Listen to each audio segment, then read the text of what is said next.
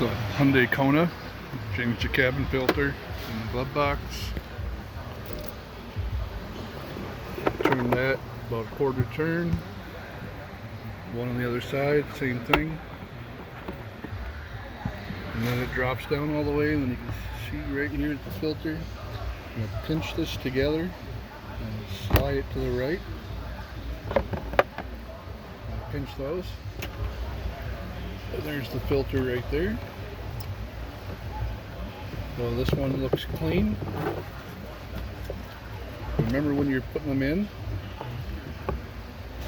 there's an arrow on a lot of them. You want that facing down, the airflow.